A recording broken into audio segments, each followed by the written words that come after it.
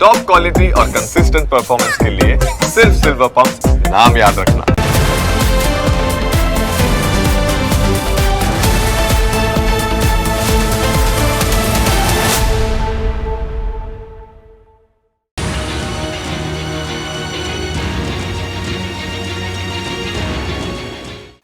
એક સાધો ત્યાં 13 તૂટે।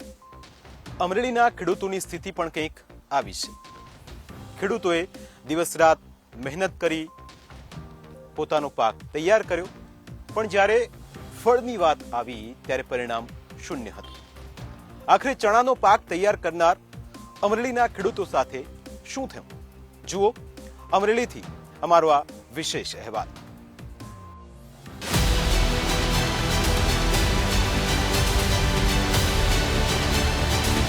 અમરેલીમાં ખેડૂતોના રવિ પાક ઉપર તોળાયું સંકટ।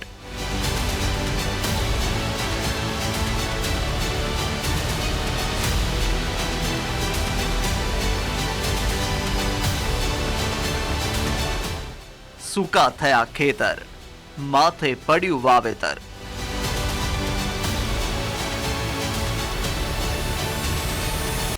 ચણાના પાકમાં આવી લીલી ગાત, મુશ્કેલીમાં મુકાયો જગતનો તાત।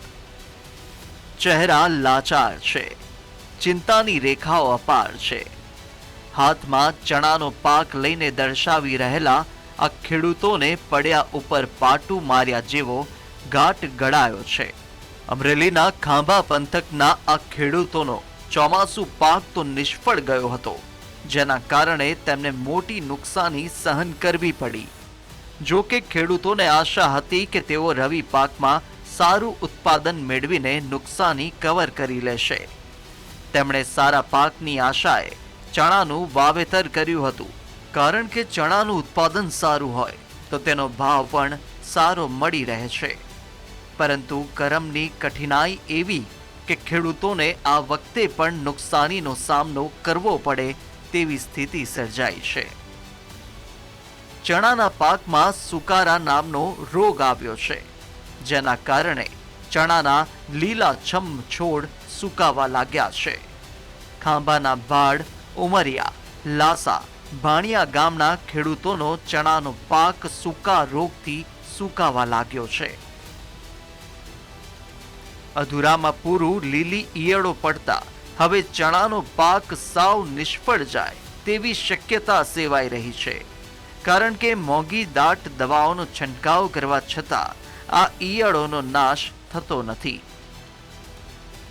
સોમાહુ પાકમાં નિષ્ફળ ગયા તો શાળુ પાક શેણા વાવ્યા 15 વીઘાના 15 વીઘાના શેણા વાવ્યા, પણ એમાં હુકારો છે, ઈળ છે, 2-3 હજારની મોંઘી દાટ દવા છાંટવી તોય કાંઈ ફેર પડતો નથી। હવે શાળુ પાકે અમારે નિષ્ફળ જાય એવું લાગે છે। આખા ખેતરો ખાલી થવા મળ્યા છે હુકારામાં। દવા અત્યારે 4-5 હજારનો છંટકાવ કરી તેમાં કાંઈ ઈળ અટતી નથી। કેવું નુકસાન વધારે છે, અત્યારે બહુ જાય છે। હા, આમાં કેમ લાગે તમને? એ અત્યારે આમ અટકાશ ન થતી હજી। અમરેલીના ખાંભા પંથકમાં ખેડૂતોએ મોટા પ્રમાણમાં ચણાનું વાવેતર કર્યું છે। શરૂઆતમાં ચણાનો પાક ખૂબ સારો હતો, જેથી ખેડૂતોને આશા બંધાઈ હતી કે આ વખતે તેમને કોઈ વાંધો નહીં આવે, પરંતુ ઈયળો અને સૂકા નામના રોગના કારણે ખેડૂતોને મૂડી પણ નીકળે તેમ લાગતું નથી, જેના કારણે તેઓ ચિંતામાં મુકાયા છે। 15 થી 20 વીઘાનું વાવેતર કર્યું છે, પછી લીલી ઈળું અને સુકારા નામનો રોગ આવ્યો છે। દવાના ભારે માયલા ડોઝ કર્યા છે, 2 થી 3 હજારનો એક ડોઝ થાય છે, તોય કાંઈ નિયંત્રણ આવ્યો નથી।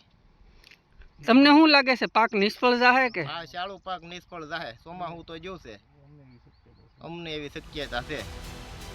તો બીજી તરફ ચણાના પાકમાંથી આવેલા આ રોગને નિયંત્રિત કરી શકાતો હોવાનો ખેતીવાડી અધિકારીએ દાવો કર્યો છે। અમરેલી જિલ્લા ખેતીવાડી અધિકારીએ કહ્યું કે ખેડૂતો કેટલીક પદ્ધતિઓથી સૂકા ઉપર નિયંત્રણ લાવી શકે છે અને ઈયળો ઉપર પણ કંટ્રોલ મેળવી શકે છે। સામાન્ય રીતે સુકારો જે છે એ જમીનજન્ય અને બીજજન્ય રોગથી થતો હોય છે।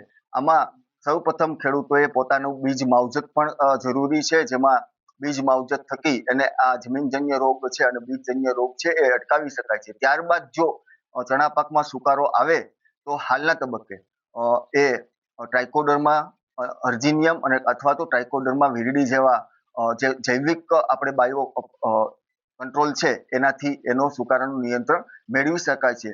જો એમાં પણ નિયંત્રણ ન આવે તો આ બાબતે એ છે સિસ્ટેમિક ફંજીસાઇડનો ઉપયોગ કરી અને એનું નિયંત્રણ ખેડૂતો લઈ રહ્યા છે. જ્યારે ઈયળની વાત કરીએ તો લીલી ઈયળ છે એ સામાન્ય ચણા પાકમાં આવે છે અને આ પાકમાં એક આખું આઈપીએમ કરવું પડે છે, એટલે કે ઇન્ટિગ્રેટેડ પેસ્ટ મેનેજમેન્ટ તરફ ખેડૂતોએ જવું પડે તો આમાં નિયંત્રણ સારું એવું મેળવી શકાય છે. તો બીજી તરફ વાવ થરાદ જિલ્લાના દિયોદર તાલુકામાં ખેડૂતોના ખેતરોમાં વીજ પોલ નાખવામાં આવતા ખેડૂતોમાં રોષ વ્યાપ્યો છે. વીજ કંપની નવી જંત્રી મુજબ જમીન સંપાદનના ભાવ આપે તેવી ખેડૂતોએ માંગ કરી છે. ખેડૂતોનો આક્ષેપ છે કે વીજ કંપની ખેડૂતોને કેવી રીતે અને કેટલું વળતર આપશે તે લેખિતમાં આપે, પછી જ વીજ લાઇનનું કામ ચાલુ કરે. કંપનીના સાહેબ ધોબલા એવડા આખા એટલા ખેતરમાં એવડું મોટું નુકસાન કરી રહ્યા છે હાલ ઈરાઈ, અને ખોટો લોકોને ભરમાઈને સહીયું કરાય કે ભાઈ તમે તો સહી કરેલી છે, તમારે તો નોખવા જ દેવા પડશે. લોકોના બટાકા ઊભા છે, ઊભા ધોનમાં ભાજી અને ધોબલા નોખવાનું કામ ચાલુ કર્યું છે. નથી કોઈ વળતરનો ઠકાણો. મૌખિક કહે છે કે 10 લાખ હાલશે 20 લાખ હાલશે, કોઈ લેખિત કોઈ હાલતા નથી. અને એ ખેડૂતોને મોટા નુકસાન છે. પહેલું વળતર કેટલું આપશે નક્કી કરી અને પછી જ ખેડૂતોના ખેતરમાં પ્રવેશ કરે એવી એ સરકારને વિનંતી છે. સરકારને અને કંપનીને કહેવા માંગીએ છીએ કે જ્યાં સુધી અમારા અધિકારી સાહેબ શ્રી અમને લેખિતમાં કેટલું વળતર આપવાનું છે, કેવી રીતે વળતર આપવાનું છે અને નવી જંત્રી પણ અમને વળતર આપવાનું છે કે શું આપવાનું છે અને લેખિતમાં જવાબ નહીં આલે ત્યાં સુધી અમારા વિસ્તારની અંદર કામ બંધ રાખે ને કે આવતા સમયની અંદર બનાસકાંઠાના અને વાવ થરાદ જિલ્લાના તમામ ખેડૂતો સાથે મળી અને ઉગ્ર આંદોલન થશે અને આનું જવાબદારી સરકારશ્રીની રહેશે, કારણ કે અમારા નિર્દોષ ખેડૂતોની જમીન અત્યારે મફતના ભાવે આ કંપનીવાળા લૂંટી રહ્યા છે. ખેડૂતોના પ્રશ્નો જુદા જુદા છે. ક્યાંક તેમના ઉપર કુદરત ત્રાસ વર્તાવી રહી છે, તો ક્યાંક વીજ કંપનીઓના કારણે તેમની મુશ્કેલી વધી છે. તેવામાં ખેડૂતોની આ સમસ્યાનો ઉકેલ આવે તે પણ જરૂરી છે. અમરેલીથી દશરથસિંહ અને વાવ થરાદથી રતનસિંહ, ન્યૂઝ કેપિટલ. પ્રાઇમ 9માં આજે બસ આટલું જ. ફરી મળીશું આપને સ્પર્શતા મુદ્દા સાથે. ત્યાં સુધી રજા આપશો. નમસ્કાર.